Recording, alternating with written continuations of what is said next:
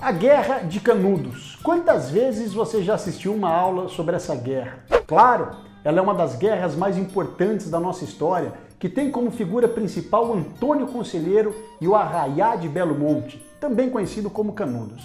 Mas eu garanto para você, essa minha aula e as outras 6 aulas que eu tenho sobre a guerra são aulas completamente diferentes de todas que você já assistiu.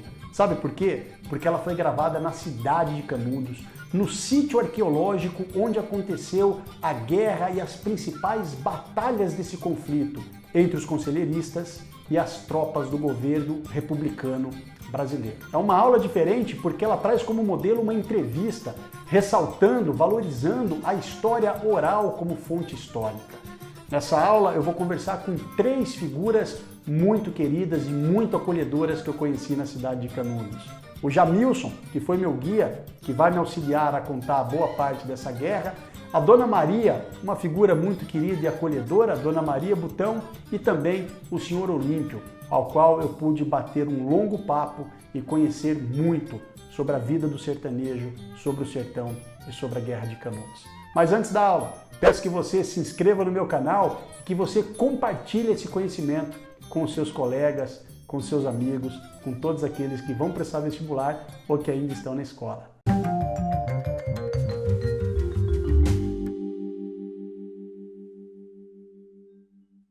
Primeira parte da aula, a gente vai falar um pouquinho sobre Euclides da Cunha, porque esse jornalista que foi o emissário, né, o representante dos jornais paulistas e cariocas que vieram aqui para Canudos cobrir a guerra, sem a participação do Euclides da Cunha, essa guerra teria perdido muitos dos detalhes e talvez a gente conheceria hoje muito menos do que nós conhecemos da Guerra de Canudos.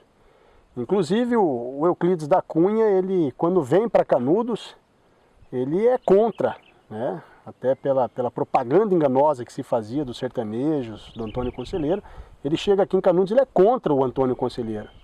E ao longo do tempo que o Euclides da Cunha fica aqui no sertão, ele conhece as causas, os sertanejos, a terra, a geografia, e quando ele volta para o Rio de Janeiro, ele tem uma outra visão, não é? O que você conhece do Euclides da Cunha?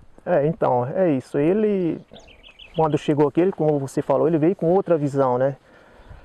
E acabou saindo com um sentimento assim de tristeza, né? Por ver tanto sofrimento, né, naquele povo sertanejo, como tem algumas partes de alguns livros que falam, que ele sempre falava isso, que ele está simplesmente defendendo os seus lares, né? Sim. O sertanejo está defendendo os seus lares, então ele já fica com outra visão sobre o sertanejo, né? Não aquela visão negativa. Não a visão negativa. Apesar de ter passado pouco tempo aqui, mas ele viu muita coisa, né? Ele deu para ter uma noção do que aquele povo estava sofrendo, estava lutando, né?